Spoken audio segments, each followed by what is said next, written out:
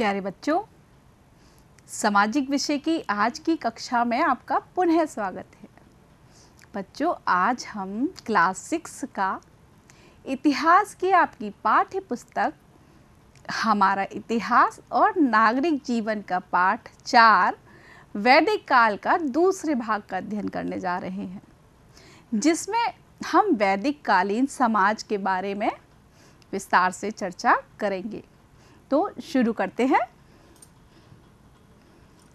पिछले भाग में हमने जाना, तो सबसे पहले हम देख लेते हैं कि पिछले भाग में हमने क्या जाना। पिछले भाग में वैदिक काल के बारे में जाना। वैदिक काल का ज्ञान हमें वैदिक साहित्य से प्राप्त हुआ है। इसको वैदिक काल का समय 1500 ईस्वी पूर्व से 1000 ईस्वी पूर्व तक का था। उनके प्रारंभिक जीवन के बारे में जाना। आर्य जो है एक स्थान से दूसरे स्थान पर घूमते रहते थे और जहाँ पानी और उपजाऊ भूमि मिलती थी वहीं बस जाते थे। इस तरह से धीरे धीरे उनका विस्तार पूरे भारत में हो गया। फिर इसका समय रेखा देखी। इसके समय जो है 1500 ईस्वी पूर्व से 600 ईस्वी पूर्व तक का वैदिक काल था। आर्य सभ्यता का प्रसार सप्त सैंधव प्रदेश से दक्षिणावर्त तक पूरे भारत में था।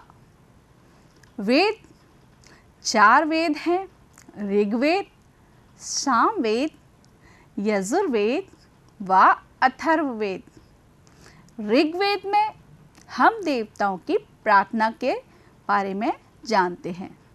इसमें 10 मंडल हैं और गायत्री मंत्र भी हमें ऋग्वेद से ही मिला है, जिसका आज भी बहुत सी पूजाओं में प्रयोग किया जाता है। वैदिक सभ्यता। वैदिक सभ्यता को 2 भागों में बांटा गया है। प्रारंभ की ऋग्वैदिक सभ्यता, जिसमें 1500 ईस्वी पूर्व से 1000 ईस्वी पूर्व तक ऋग्वैदिक काल चला और 1000 ईस्वी पूर्व से 600 ईस्वी पूर्व तक उत्तर वैदिक काल चला। आर्यों के जन्म। आर्य कबीलों में रहते थे। कबीलों को जन कहते थे। जन का जो मुखिया होता था उसी के नाम पर उसका नाम पड़ता था, जैसे पुरुजन, यदुजन, भरतजन और भी बहुत सारे जन। जन के मुखिया को राजा कहते थे और जो जन के लोगों की सुरक्षा करता था। जन बहुत से विष से मिलकर बना था। विष के मुखिया को विषपति कहते थे। विष में बहुत से ग्राम होते थे और ग्राम के मुखिया को ग्रामणी कहते थे। ग्राम कुल और ग्रह में विभाजित था और इसके मुखिया को कुलप या ग्रहपति कहते थे। इस तरह से ये आर्यों का एक जो समूह था उसे हम जन कहते थे, जो बाद में जनपद बन गया। आर्यों का जो प्रमुख होता था उसका स्वामी था, उसे राजा कहते थे। राजा आर्यों की युद्ध में नेतृत्व करता था और उनकी सुरक्षा करता था। राजा को सभी लोग जन का खर्चा चलाने के लिए उपहार देते थे, जिसमें अन्न, आभूषण, गाय, घोड़े आदि दिए जाते थे। उस उपहार को बलि कहते थे। जैसे कि आजकल हम अपनी सरकार को कर देते हैं, उसी तरह से राजा को वहाँ बलि दी जाती थी और राजा अपनी आवश्यकता के अनुसार अपने पास रखता था और बाद बाकी की ज़रूरतमंदों में बांट देता था। राजा इस तरह से शासन चलाता था और युद्ध के बाद भी एक सभा की जाती थी। राजा का नियंत्रण सभा के द्वारा होता था। सभा में 70 से 80 लोग समूह होता था, जिसमें 4-5 लोग मुखिया होते थे, जिन्हें राजन्य कहते थे। और राजन्य के पास ज़्यादा शक्ति होती थी। उनके पास ज़्यादा गाय, घोड़े, आभूषण और हथियार होते थे। इस तरह से जब युद्ध होता था तो युद्ध के बाद भी राजा जो सामान युद्ध में मिलता था वो अपने पास उसका बड़ा हिस्सा रखता था और अन्य लोगों को बांट देता था। इस प्रकार से हमने पिछले भाग में वैदिक सभ्यता के बारे में इतना जाना। अब हम आज क्या जानेंगे? आज हम धर्म और यज्ञ के बारे में जानेंगे, वो किस तरह से यज्ञ करते थे। वैदिक कालीन समाज के बारे में, वर्ण विभाजन क्या था जो आज भी है, महिलाओं का कैसा स्थान था, उस समय महिलाओं को कितनी अहमियत दी जाती थी, आश्रम व्यवस्था कैसी थी, शिक्षा, वहाँ उस समय भी शिक्षा प्रदान की जाती थी, इसके बारे में चर्चा करेंगे। पशुपालन, वो पशुओं को पालते थे। खेती का महत्व कैसे बढ़ा, फिर शिल्प के काम भी करने लगे। ऋग वैदिक काल और उत्तर वैदिक काल में क्या अंतर है, क्योंकि इसको दो भागों में बांटा है तो क्या अंतर हो गए, तो इसको दो भागों में विभाजित कर दिया। फिर महाकाव्यों की रचना हुई कुछ महत्वपूर्ण महाकाव्यों के बारे में जानेंगे। तो शुरू करते हैं। धर्म एवं यज्ञ। तो आर्य लोग देवताओं को प्रसन्न करने के लिए प्रारंभ में स्तुति पाठ करते थे, जिसका वर्णन हमें ऋग्वेद से मिला है, और बाद में यज्ञ करने लगे। यज्ञ कहाँ इसका वर्णन देखा हमने? यजुर्वेद में।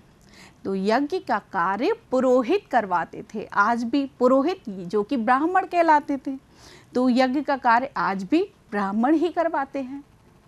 यज्ञ सामूहिक रूप से हुआ करते थे, जिसमें स्त्री और पुरुष एक साथ बैठते थे। महिलाओं के साथ ही उनकी सहभागिता होती थी, जैसा कि आप चित्र में देख रहे हैं, स्त्री और पुरुष साथ बैठे हैं। और आज भी हम लोग जब यज्ञ करते हैं तो स्त्री और पुरुष साथ ही बैठते हैं। यज्ञ में कार्य की सफलता के लिए भेंट व चढ़ावे के साथ साथ देवताओं की प्रशंसा के वेद मंत्र गाए जाते थे। यज्ञ के समय ब्राह्मण वेद मंत्रों का सस्वर पाठ करते हुए आग में घी डालते थे। और आप लोगों ने यदि यज्ञ होते हुए देखा है तो अभी भी मंत्रों का उच्चारण करते समय यज्ञ में घी या अर्घ डाला जाता है। बहुत समय तक मंत्र लिखे ही नहीं गए, इन्हें बोल बोल कर याद रखा जाता था और दूसरों को भी सिखाया जाता था। बाद में इन्हें लिख दिया गया। आज हम ऋग्वेद के मंत्रों को पढ़कर आर्यों के जीवन की कई बातों को जान सकते हैं। और बच्चों, इंद्र जो थे, इंद्र देवता आर्यों के सबसे प्रिय देवता थे, जो उन्हें युद्ध में विजय दिलाते थे। वैदिक कालीन समाज। तो समाज का जो आधार था वो परिवार था। परिवार का सबसे बड़ा वरिष्ठ पुरुष सदस्य घर का मुखिया होता था, जिसको कुलप या गृहपति कहा जाता था। आरंभ में आर्य को 3 वर्णों में विभाजित थे: राजा, पुरोहित और अन्य जन। राजा जो कि उसका संचालन करता था, पुरोहित जो कि यज्ञ पूजा पाठ करवाते थे, और अन्य सभी लोग। लेकिन धीरे धीरे कालांतर में जो वर्ण व्यवस्था थी वो कठिन होती चली गई, वो व्यवसाय के आधार पर हो गई। तो अब व्यवसाय के आधार पर 4 वर्णों में उसको विभाजित कर दिया गया। जो यज्ञ कराते थे वो ब्राह्मण, जो युद्ध लड़ते थे वो क्षत्रिय, और जो लोग व्यापार करते थे उन्हें वैश्य कहा गया, और अन्य एक चौथा वर्ग था शूद्र। और धीरे धीरे ये वर्ण विभाजन पहले व्यवसाय के आधार पर था, फिर वंशानुगत हो गया। महिलाओं का स्थान। वैदिक काल में महिलाओं का उच्च स्थान था, वो भी पुरुषों के समान शिक्षा प्राप्त करती थी। वेदों से हमें लोपामुद्रा, घोषा, शची आदि महिलाओं के नाम प्राप्त होते हैं। तो उस समय बहुत ही विदुषी महिलाएं थीं, जो कि पुरुषों के समान ही शिक्षा शास्त्रार्थ करती थीं।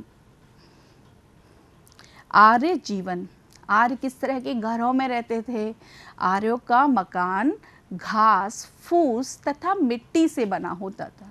उस समय ये सीमेंट और पत्थर ये सब नहीं थे, तो वो अपने मकानों को घास, फूस और मिट्टी से बनाते थे। और आर्य दूध, गाय तो पालते ही थे, तो गाय दूध से दूध उसका प्रयोग करते थे। तो आर्य जो थे दूध और उससे बने पदार्थों को, दही को वो बोलते थे दधी, दही को दधी बोलते थे, और मक्खन को नवनीत बोलते थे। अभी हम लोग दूध को फेंट कर उसका मक्खन निकालते हैं, उसे मक्खन बोला जाता है, उस समय नवनीत बोला जाता था। और घी को घृत बोलते थे, उनका प्रयोग करते थे। इसी तरह से अन्न में जौ जो होती थी उसे यव कहा जाता था, और गेहूं को गोधूम, और चावल को ब्रीहि कहा जाता था। इस तरह से वैदिक काल में जो खाने के सामान थे उनके नाम थे, दूध से बने सामान और अनाज के। आश्रम व्यवस्था, प्रत्येक व्यक्ति के जीवन को 4 आश्रम व्यवस्थाओं में बांटा गया। ब्रह्मचर्य, जब बालक आरंभ में आश्रम में रहकर शिक्षा ग्रहण करता था तो वो थी ब्रह्मचर्य अवस्था। उसके बाद दूसरी गृहस्थ अवस्था, गृहस्थ में वो पारिवारिक जीवन जीता था। इसके बाद वानप्रस्थ और सन्यास, वानप्रस्थ और सन्यास में वो घर को छोड़कर वनों में रहने लगता था और ईश्वर की प्राप्ति के लिए इस पूजा प्रार्थना करता था और उसका प्रयास करता था, उसकी कोशिश करता था ईश्वर को प्राप्त करने की। तो इस तरह से वैदिक काल में 4 आश्रम व्यवस्थाएं थी। आर्यों की भाषा, आर्य वो इंडो यूरोपियन परिवार की भाषा संस्कृत बोलते थे। अब भी वह अपने बदले हुए रूपों में यूरोप, ईरान और भारत में बोली जाती है।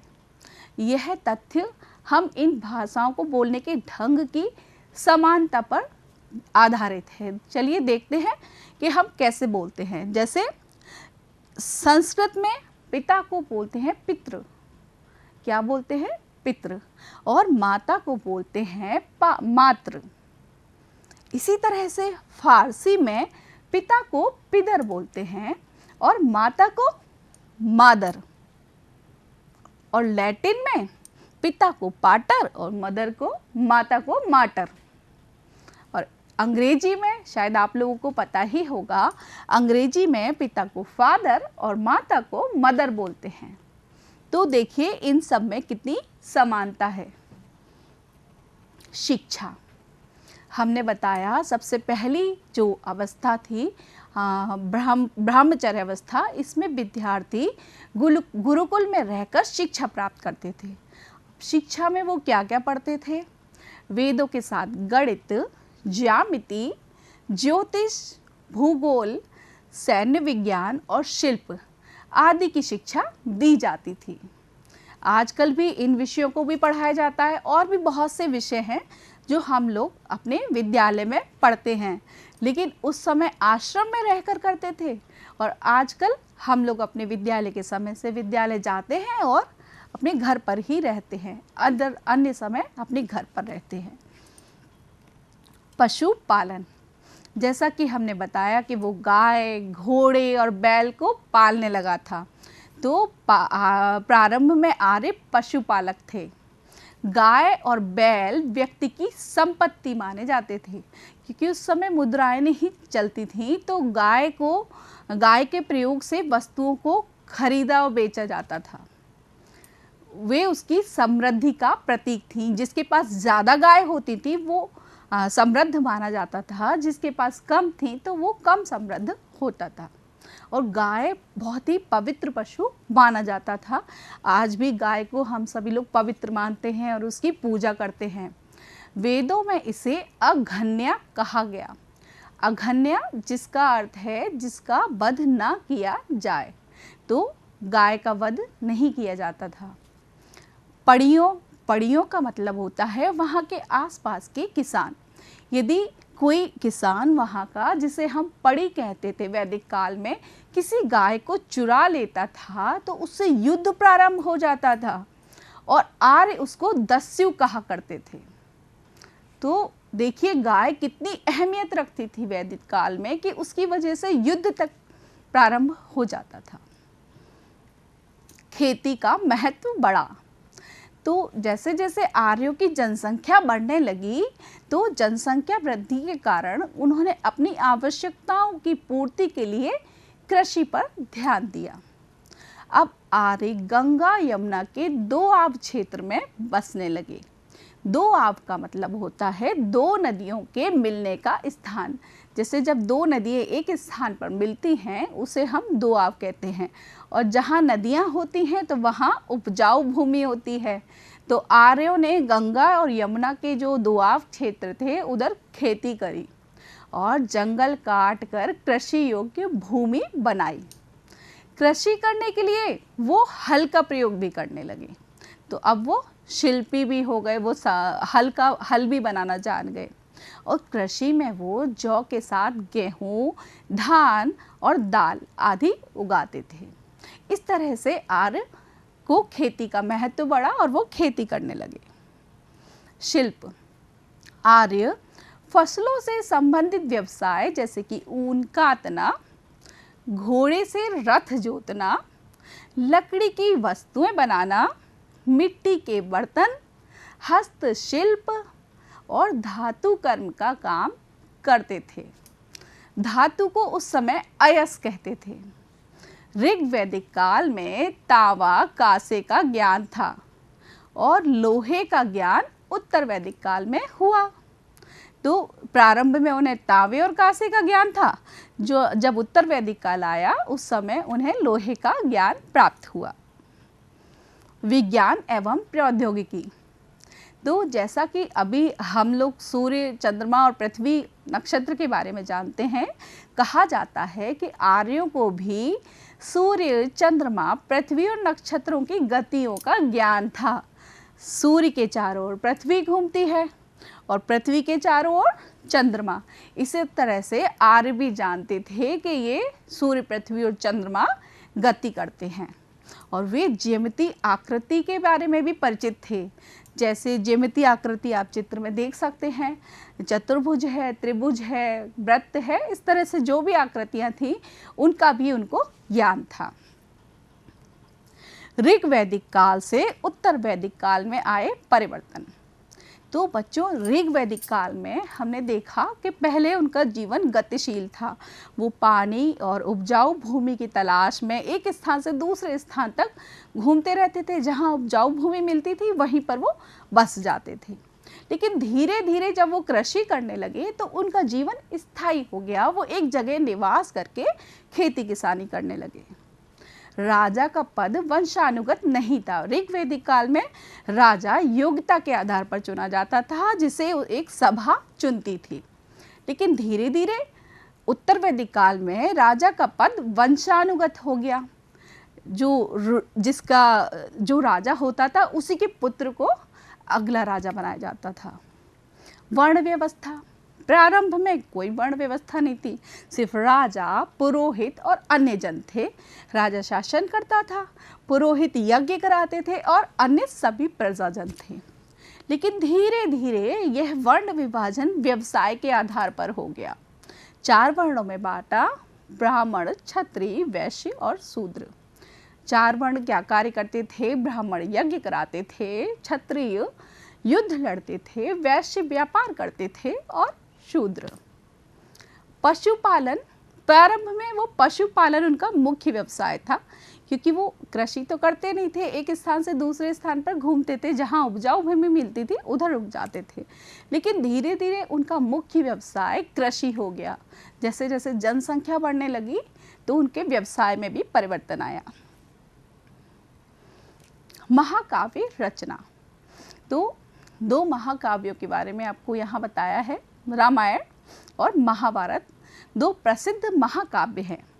रामायण की रचना महर्षि वाल्मीकि द्वारा संस्कृत में की गई और इस ग्रंथ में कौशल के राजा दशरथ के पुत्र मर्यादा पुरुषोत्तम राम के आदर्श जीवन और उनके कार्यों का वर्णन है। आज भी रामचंद्र जी के जीवन पर आधारित रामलीला का आयोजन किया जाता है। जब राम 14 वर्ष बाद वनवास से वापस आए तो उसके उपलक्ष्य में हिंदू लोग दीपावली मनाते हैं और जब रावण को मारा था तो दशहरा मनाते हैं। तो इस तरह से रामायण में पुरुषोत्तम राम का जीवन का वर्णन है। महाभारत, महाभारत की रचना महर्षि वेद व्यास ने की और इस महाकाव्य में कौरव और पांडव की कथा मुख्य रूप से दी गई है।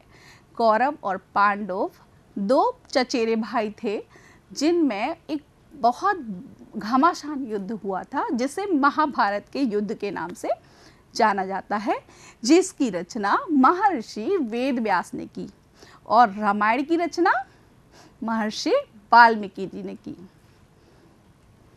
और भी कुछ बिंदु हैं जिनको हम लोग जानते हैं। देखिए बच्चों, लोहे की खोज उत्तर वैदिक काल में हुई। हमने बताया था ऋग वैदिक काल में तांबे और कांसे की खोज हुई थी। वैदिक काल में से पूर्व चित्रात्मक लिपि थी।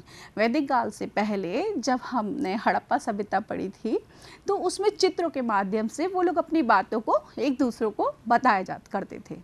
लेकिन वैदिक काल में ध्वनि के आधार पर अक्षरों का विकास हुआ। जैसे यदि हम का की ध्वनि निकालते हैं तो हमारे मस्तिष्क में कुछ इस तरह की आकृति आती है।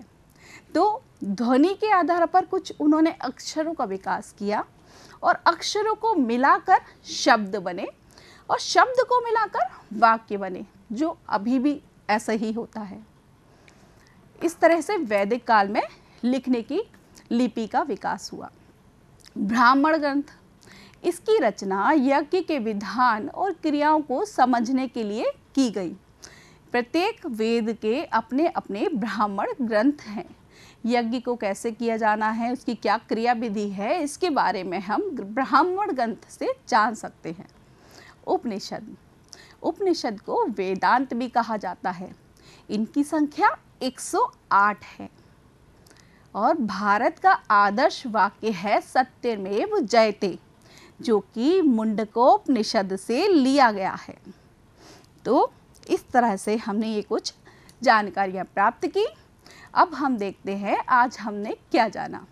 हमने धर्म और यज्ञ के बारे में जाना। वो समूह बनाकर यज्ञ करते थे और पुरुष और स्त्री एक साथ बैठकर यज्ञ करते थे और देवताओं को आहुति देते थे, मंत्र का स्वर से उच्चारण करते थे।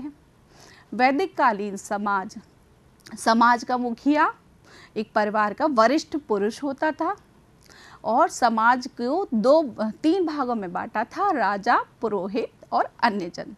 लेकिन धीरे धीरे वर्ण विभाजन कठिन होता गया, व्यवसाय के आधार पर हो गया, जिसको 4 वर्णों में बांटा, ब्राह्मण, क्षत्रिय, वैश्य और शूद्र। फिर महिलाओं का स्थान, वैदिक काल में महिलाओं को समान अधिकार प्राप्त थे, वो भी पुरुषों के समान शिक्षा प्राप्त करती थी। लोपामुद्रा, घोषा और शची जैसी महिलाओं के बारे में हम वैदिक ग्रंथों में जानकारी प्राप्त करते हैं, जो कि बहुत ही विदुषी महिलाएं थीं। आश्रम व्यवस्था 4 आश्रमों में बांटा था, ब्रह्मचर्य, गृहस्थ, वानप्रस्थ और संन्यास। ब्रह्मचर्य आश्रम में रहकर बालक बच्चे शिक्षा ग्रहण करते थे। उसके बाद गृहस्थ में पारिवारिक जीवन जीते थे। वानप्रस्थ और संन्यास में वन में रहकर ईश्वर की स्तुति करते थे, उनकी पूजा करते थे और उन्हें प्राप्त करने की कोशिश करते थे। पशुपालन, शिक्षा में बच्चे जो हैं आश्रम में रहकर शिक्षा ग्रहण करते थे, जिसमें वेदों के साथ में गणित, ज्यामिति और ज्योतिष, शिल्प, सैन्य विज्ञान आदि विषयों को पढ़ाया जाता था। पशुपालन, पशुओं में वो गाय, बैल, घोड़ा इनको पालते थे और गाय और बैल उनकी संपत्ति मानी जाती थी। जिसके पास ज़्यादा गाय होती थी वो अधिक समृद्ध होता था। गाय जो थी वो बहुत ही पवित्र होती थी और गाय को अघन्या कहते थे, जिसे उसकी पूजा करते थे। और वैदिक काल में यदि कोई गाय को मारता था तो उसे दस्यु कहते थे और उसके लिए युद्ध तक हो जाते थे। शिल्प, इसके बाद पशु के बाद खेती का महत्व बढ़ा। तो वो लोग खेती, जैसे जैसे उनकी जनसंख्या बढ़ी, उन्होंने खेती करना शुरू किया। जो गंगा यमुना के दोआब क्षेत्र थे वहाँ पर उन्होंने जंगलों को काट कर खेतों का विकास किया और शिल्प करना सीख गए। हस्तशिल्प में बहुत सारे मिट्टी के बर्तन हैं, लकड़ी के सामान हैं और बहुत सारी चीज़ें बनाने लगे। ऋग्वैदिक और उत्तर वैदिक काल में हमने अंतर जाना। ऋग्वैदिक काल जो कि उसमें वो स्थायी निवास नहीं था, उत्तर वैदिक काल में स्थायी निवास हो गया। ऋग्वैदिक काल में वर्ण व्यवस्था विभाजित नहीं थी, सिर्फ राजा, पुरोहित और अन्य जन थे। उत्तर वैदिक काल में वर्ण व्यवस्था विभाजित हो गई। ऋग्वैदिक काल में राजा का पद वंशानुगत नहीं था, उत्तर वैदिक काल में वंशानुगत हुआ। और ऋग्वैदिक काल इस तरह से उत्तर वैदिक काल से अलग है। अब महाकाव्य की रचना, दो महाकाव्यों की रचना हुई, महाभारत और रामायण। रामायण की रचना महर्षि वाल्मीकि ने और महाभारत की महर्षि व्यास ने की। चलिए अब कुछ अभ्यास कार्य करते हैं। वैदिक काल की दो प्रमुख महिलाओं के नाम लिखिए। तो आप लोगों को याद होगा वैदिक काल की हमने कुछ प्रमुख महिलाओं के नाम बताए थे, लोपामुद्रा, घोषा, शची। आर्यों के मकान किस पदार्थ के बने होते थे? आर्यों के मकान घास, फूस और मिट्टी के बने होते थे। आर्यों के जीवन को कितनी आश्रम व्यवस्थाओं में बांटा गया है? उनको 4 आश्रम व्यवस्थाओं में बांटा है, ब्रह्मचर्य, गृहस्थ, वानप्रस्थ और संन्यास। संस्कृत में माता और पिता को क्या कहते हैं? माता को मातृ और पिता को पितृ। विद्यार्थी गुरुकुल में कौन कौन से विषय पढ़ते थे? याद है आपको? वेदों के साथ गणित, ज्यामिति, ज्योतिष, सैन्य विज्ञान और शिल्प के विषय पढ़ते थे। लोहे का ज्ञान किस काल में हुआ? लोहे का ज्ञान बच्चों उत्तर वैदिक काल में हुआ। ऋग्वैदिक और उत्तर वैदिक काल में अंतर बताइए। तो ये तो हमने आपको बहुत अच्छे से डिस्क्राइब किए थे, आप अपनी अभ्यास पुस्तिका में लिखिएगा। रामायण की रचना किसने की? बिल्कुल सही सोचा आपने, महर्षि वाल्मीकि जी ने। सत्यमेव जयते किस उपनिषद से लिया गया है? सत्यमेव जयते मुंडकोपनिषद से लिया गया है। चलिए एक प्रोजेक्ट कार्य है। एक तो आपको आधुनिक समय के विद्यालय और वैदिक कालीन विद्यालय गुरुकुल में क्या अंतर है, क्या समानताएं हैं, इसको अपनी अभ्यास पुस्तिका में लिखना है। दूसरा, निम्नलिखित वस्तुओं से दैनिक उपयोग के क्या क्या सामान बनाए जाते हैं, इसकी सूची बनाइए। जैसे लोहे से आपके आसपास बहुत से सामान आपको देखने को मिलेंगे जो कि लोहे से बनाए जाते हैं। तो आप यहाँ पर लोहे से बने हुए सामानों के नाम अपनी अभ्यास पुस्तिका में लिखेंगे। लकड़ी से क्या सामान बनाए जा सकते हैं? बहुत से सामान हैं, आप अपने विद्यालय में भी देख सकते हैं उनको, तो आप उनकी सूची यहाँ बनाएंगे। तांबे का क्या बनता है, उसके भी नाम आप इस लाइन में अपनी अभ्यास पुस्तिका में लिखेंगे। और कच्ची मिट्टी से बहुत सी चीज़ें हैं आपके आसपास, आपने देखी होंगी, आप उनके नाम यहाँ लिख सकते हैं। तो बच्चों, इस तरह से आज हमने वैदिक काल के बारे में संपूर्ण जानकारी प्राप्त की। वैदिक काल में आर्य कैसे, कहाँ रहते थे, उनका जीवन स्तर कैसा था, वो क्या शिक्षा ग्रहण करते थे, उनकी आश्रम व्यवस्था कैसी थी, वर्ण व्यवस्था कैसी थी, महिलाओं की क्या स्थिति थी। इस तरह से हमने वैदिक काल के में आर्यों के बारे में जाना और उनके जीवन शैली को समझा। अब हम अगली कक्षा में आपसे पुनः मिलेंगे। तब तक आप बहुत मन लगाकर पढ़िए और जो भी आपको ऑनलाइन पढ़ाई कराई जा रही है उस पर ध्यान दीजिए और अपनी पाठ्य पुस्तक को भी पढ़िएगा। चलिए आज के लिए बस इतना ही। अगली कक्षा में पुनः मिलते हैं, तब तक के लिए धन्यवाद।